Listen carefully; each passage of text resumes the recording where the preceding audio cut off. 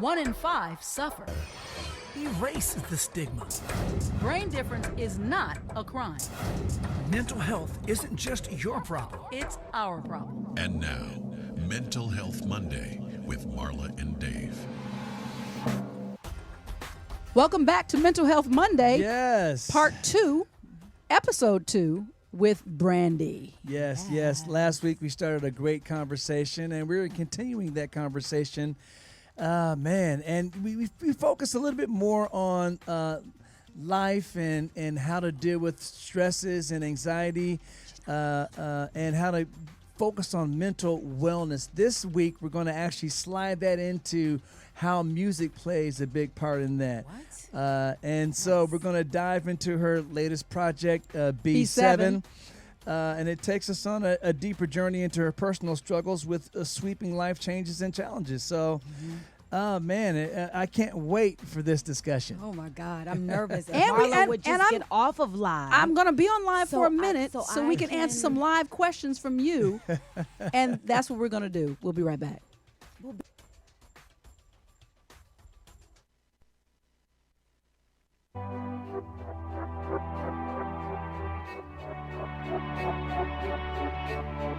Help someone who is struggling by supporting the National Alliance on Mental Illness and be a part of the NAMI effect. Hope starts with you. Hey guys, listen up. Learn something. All right, we're back. All right, Brand. So let's talk. Yes. Thank you. Yes. Thank you. The applause is real.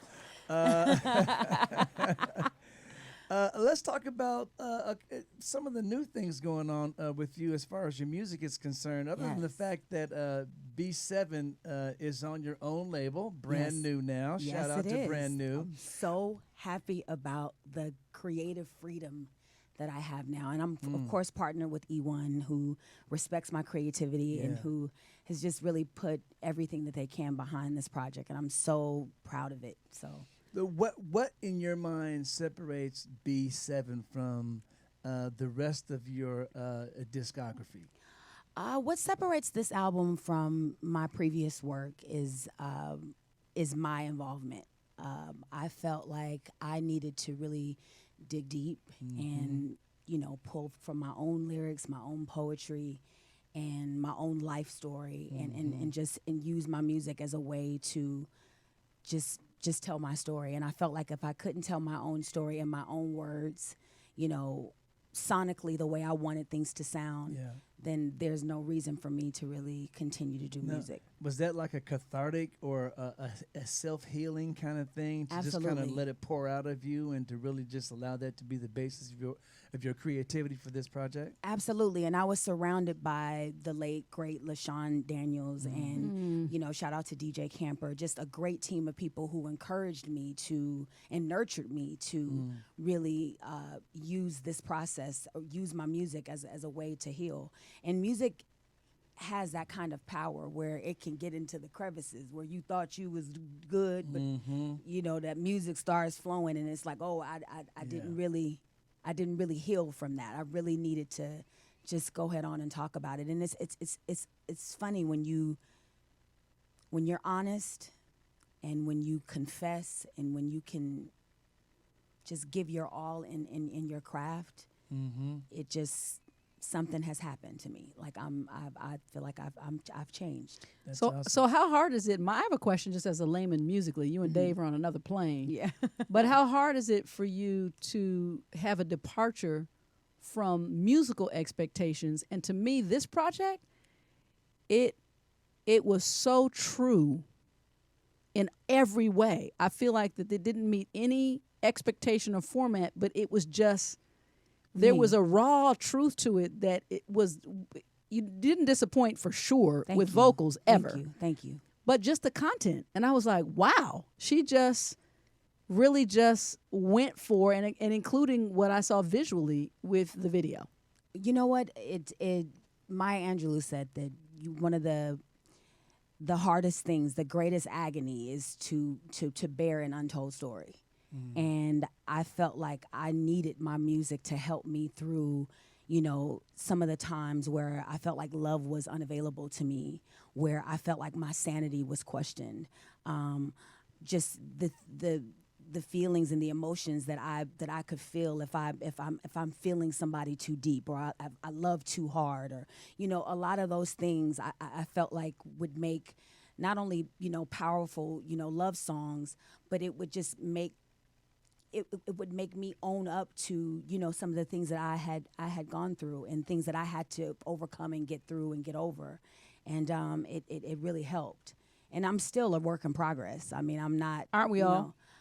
I think this is a forever thing. You have to just try to strive to be better, but to be able to share within my music, within my craft, it just gives my music more purpose. Mm-hmm. It gives it more meaning for me. And now it's not just about me getting out there and being super famous. Right. It's and not popular. a hit. It's not, Right. It's not like that. It's From your really soul. about me being a vessel and and relating and pulling people to my own essence and sharing in their essence as well. So I was going to say, in the last show, we were talking about the stresses and some of the pressures that a lot of people might not be aware of, that it just come with stardom to begin with. Yeah. And especially when you have the persona, the public persona over here, but then you have the real home person that's over here that's been the same from day one. Yeah. And the difference in the expectations on those particular individuals, even though they both reside in you.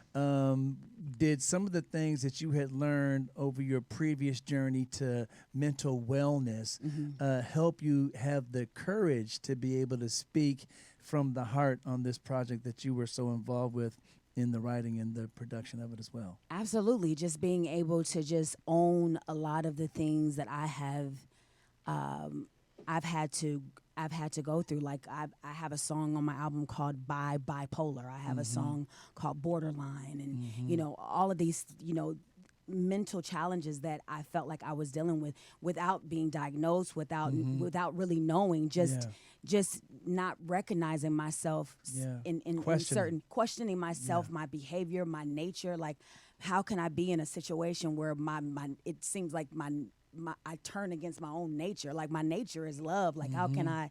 I'm not recognizing myself. Yeah, I'm not right recognizing now. myself. I'm looking in the mirror like, who am I? And those kind of experiences, just to be able to sing about them, it just felt like I was confessing, I was releasing, and just getting all of that out. It just made me feel a lot better. Yeah. And then also just a way for me to forgive myself and to forgive a lot of the things that I'm not proud of, and on top of then taking better care of my mental state. I think that is what I'm most proud of, is that I'm now aware that this is something that I need to continue to work on and work through and make sure that I'm always, trying to do my best in my stability. Staying conscious. Yeah, staying conscious, staying that aware. awareness. Yeah. And I don't have the vocabulary No, that you guys stop do it. because I'm still learning, I'm still learning about this. I'm learning a lot through you guys and just learning, just period. But just, this is, I want to be a mental health advocate. I want to do this, This is something that I want to. I love it. I love it. So I guess for me, just as family and friends, speak to, right quick before we have to go to the break, speak to how sports and staying in shape and getting your exercise, how that impacts you and your mental state throughout the day. I was telling you this today. I love sports. I love tennis. I love, that you guys introduced me to pickleball. It's one of the best meditations ever. I think when you can stay present and stay in the moment and not get so anxious. When you're calm, you make your best shots. When you chill out, you might end up hitting the winner down the line. So I'm sorry, Drew. It's a great yeah. I'm sorry about that. I'm still learning my shots, but she was calm. very calm. But yes, sports keeps when you can master that, it's something. Well, I know that in this project, when we come back, I'm gonna talk about something that I know brings you the ultimate joy. Okay. You'll hear it when we get back. Stay tuned. When Dave and Marla get together,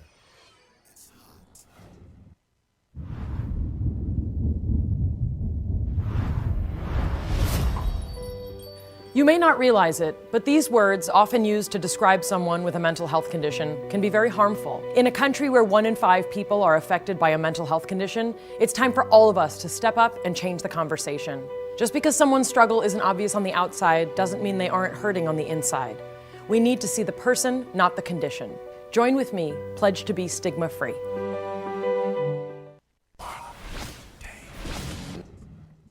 It's time for the Mental Health Minute with Marla and Dave.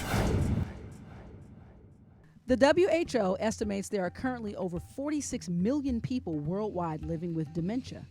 That number is expected to rise over 131 million by 2050. Wow. The worldwide cost of dementia are estimated at 818 billion US dollars. The causes of dementia can vary depending on the types of brain changes that may be taking place.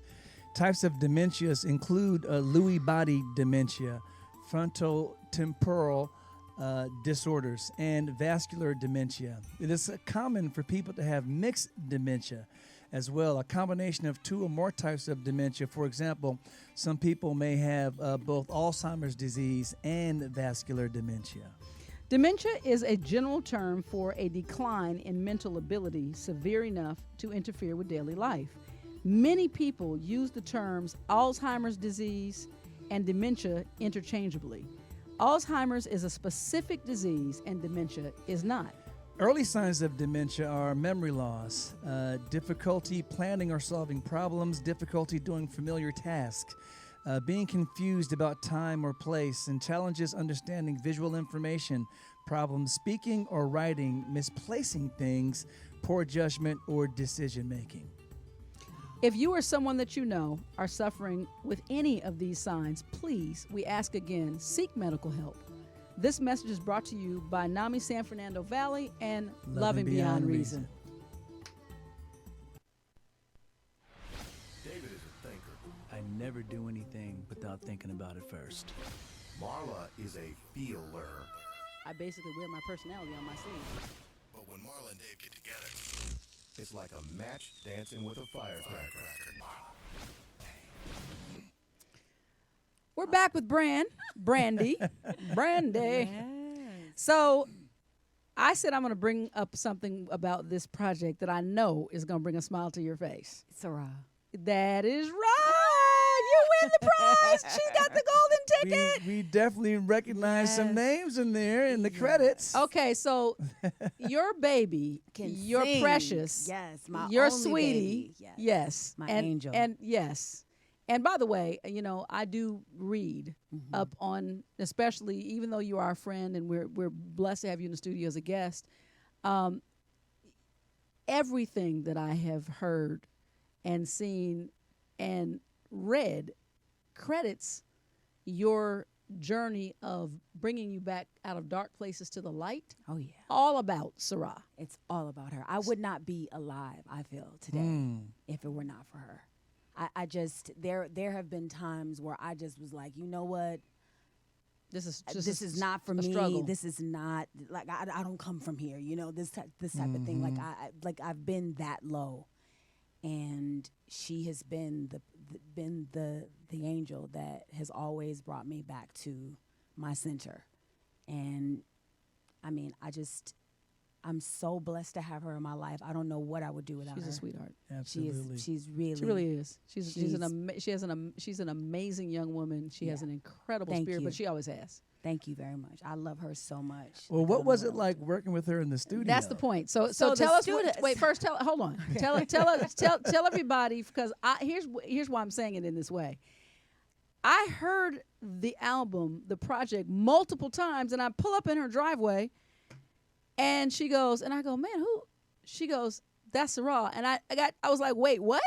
Yeah. 'Cause Yeah. so the song is. The song is called High High Heels, Heels. and it's, you know, it's a song about not being shallow and working on yourself, and I absolutely love the song.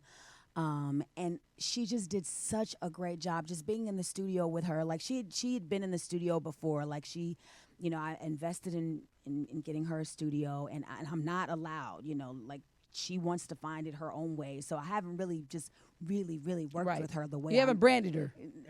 and I won't ever do that. 'Cause She she's did like- not 'cause brand she's this like, Sarah. She's like, Mom, I'm Sarah. I want to find it my own way. So I totally respect that. But doing the high heel song, you know, I got a chance to work with her, and she's just so fast in the studio. She's so gifted. She knows how to stack her voice. She just knows how to blend. She just knows what she has it.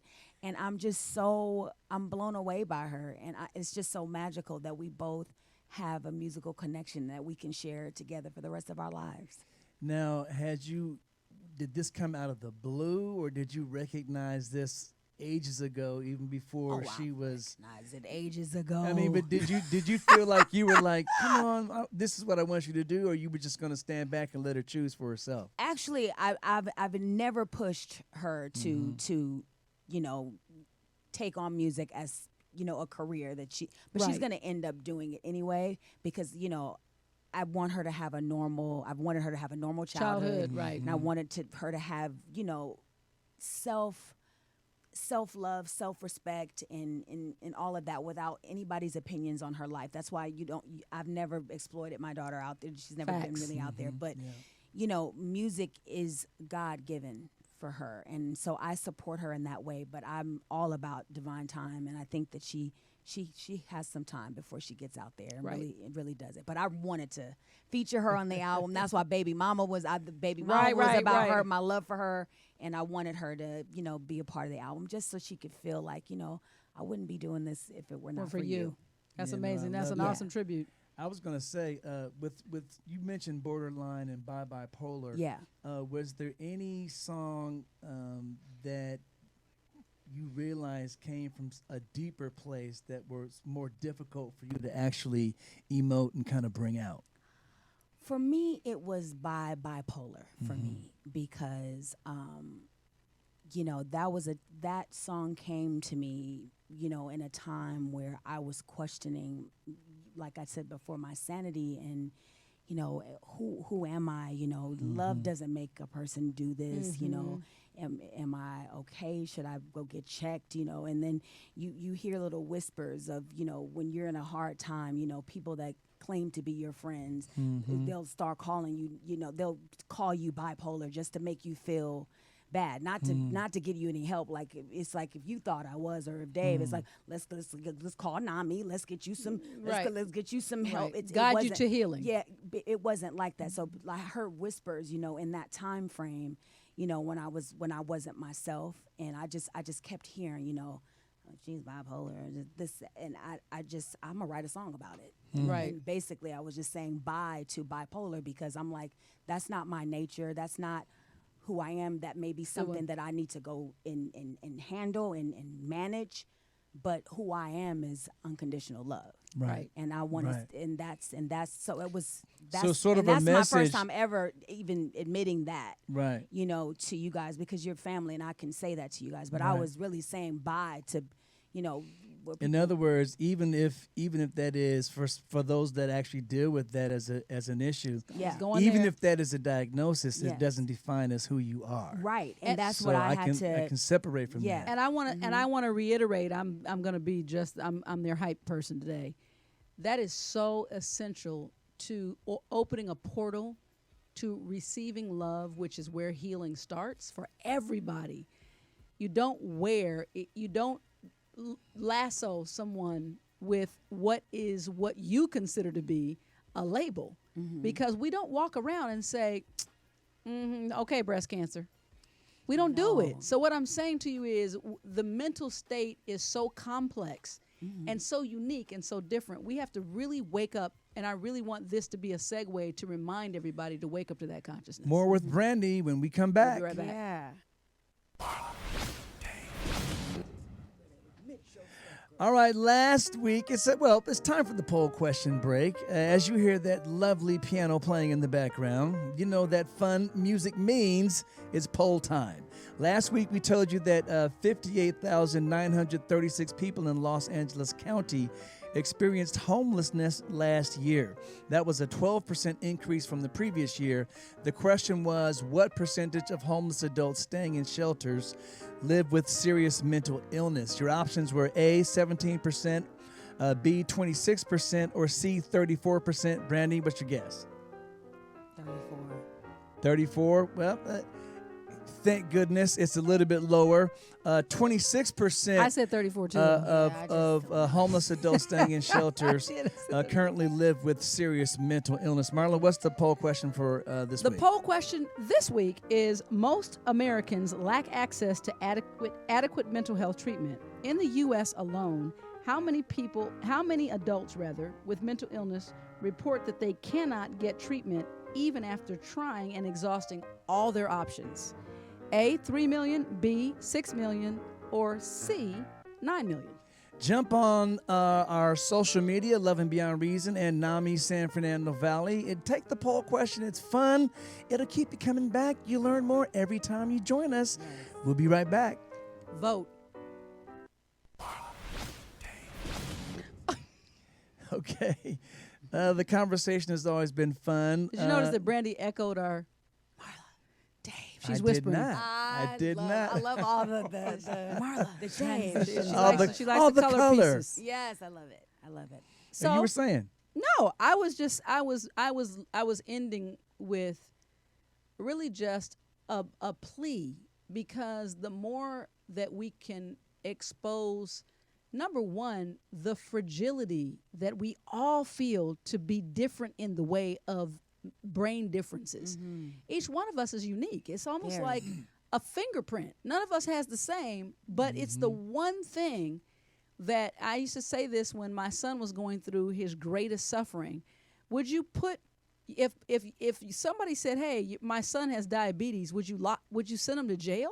No. He's never been violent. He didn't commit a crime, but yet and still, we want to put all of our differences in prison. Mm-hmm. That's a problem. So what I'm hoping to do is, with the help of Brandy and her voice, and Dave and all those who are joining us in this fight, to be able to expose and bring about a erasing of all of the silent, break the silence, number one, and erase the stigma. Because that will encourage people to come forward. And Brandy, B7 is very instrumental in that. Thank you. It's a healing album. I think everybody should stream it. Everywhere music streams, get it. Yes, it will help you heal. Like it's one of those ones. So I am so thankful that we had this moment. I want to come back. Well, listen, you already know. Well, let me just tell you, we're not done. We're almost done, but there's invites coming for you. We've decided that, one of the things. Don't have me write no speech. She's looking at me. I'm not Don't sure what she's talking about. We're definitely going to be inviting Brand to come back and be part of our telethon. Oh, for sure. Love that. And so to have her with her, she's going to have her own block where fans can call and they pledge, and we're going to raise money for the NAMI Walk. I would love that. So we're going to schedule you in. Done deal. I would love that. And go ahead, Dave. Well, I was going to say, getting back to music and performing and artistry and creativity, we saw you on the Billboard Awards. You did amazing an amazing performance. job. Thank you very much. And I know as a performer, sometimes, I prefer to actually be in the studio. And just in a creative mode that way, and then because of what I do, performing live is just part of it. So, right. But if I had my preference, I'd stay in the dungeon, so to speak, just creating. So I was wondering if there's a distinction for you that you feel one is something that's easier and part of who you are, and one is something is more of a little work. Well, honestly, I love the studio, because studio is where freedom. It's freedom. It's you don't have to be perfect, and usually you find your best stuff was when you're messing up, and you can just be free in the studio. But the stage, it does give me a different feeling. It does give me a different freedom, and especially when I've had my rehearsal time and I've put the time in to give a great performance. But I deal with a lot of stage fright, and I have to face that every time I go on stage. And the fact that I can face it, I'm really proud of That's myself. That's huge, because I'm telling you, even people don't realize, like fear at levels you wouldn't even imagine when I have to perform. And now, how long have you been dealing with that level of? been dealing with that since I was 16 years old. There's a story to it, but I don't know if we have time. But Oh, we do if you want to. You can touch on it. Yeah. well, I just quick. I was, this radio station was doing, tapes of like skits on me and another artist, and it looked as though I was like always the the Stuck prissy, up, stuck yeah, up, the- yeah, yeah. and I'm just totally not that way. Right. Period. And I went to their summer jam to give them a plaque of mine just to thank them for their support, even though they were dogging me every other. They were still playing the music. Still playing the music. They was dogging me, but to be 16 years old and to walk out Right. and 20,000 people starts to boo you. That traumatized me for life. That And has by the left way, a stain. I'm glad that she said that, because I was going to ask you earlier what would be one of your incidents of post-traumatic stress. People That don't realize traumat- that's PTSD. that traumatized me for, like, I still have it to this day. Wow. Like I like my prayers are like they're like deep prayers before I go on stage. Yeah. Wow. And so and the reason why that's a great story and an anecdote, because when we see you on television performing, we would never understand Exactly. that that's what you were feeling in the moment. Oh my God. Yeah. Pretty impressive. So that is to funnel that. Thank you. But and y'all so- knew that though. Yeah. Well, I kind of told you No, guys we, that. Like we behind- know yeah. as friends, but what I'm Yeah. saying is, even when I heard it for the first time as a friend, I'm like, wait, what? What do you because, mean, right? Exactly, because you have such a command when you commit. So here's a wouldn't question. have Here's a known. question for you as far as that is concerned. Does it reinforce positive feelings the more that you go out and people receive you positively? I think, of course, like after the Billboard performance, like I felt confident after that. But then, when I'd have another performance, the fear comes back. It Each starts time all is You have over to again. manage it. But a little bit of it, I also feel I would be nervous if I didn't get nervous. I get nervous to the highest level though, but I think there's a humility that comes with that, because I feel like something is taking over me to express itself as me when I go out on stage. And so when I look back at it, it's like that I didn't do that. I was being used, Right, So, right. but it's affected me for life. It hasn't. As long as I've been doing this, I still get super afraid to perform. And I'm Well, very, very you know, shy on the low. So I don't know. What that's I don't know about. that she smacked Lexi in the arm. we, along with millions of fans, give you all the love and support that we can, and we appreciate the Thank music that you've given us through the years. Thank you. And we look forward to many years to come and Thank a lot of collabos and Yes, hanging out and I making can't wait. music. Thank you. I love you guys so much. I and, really do. and it's mutual. And listen, we are just getting started on the journey of mental wellness and healing as a team. yes. So join our team. Please. Absolutely. We need volunteers. We need help. We need your support. So we'll get back to a And little y'all bit of that. need our support too. 'Cause we all got some issues. Right, that's right. We'll be right back. Bad. Worthless. Don't trust them. They'll hurt you. You're worthless. It's pointless.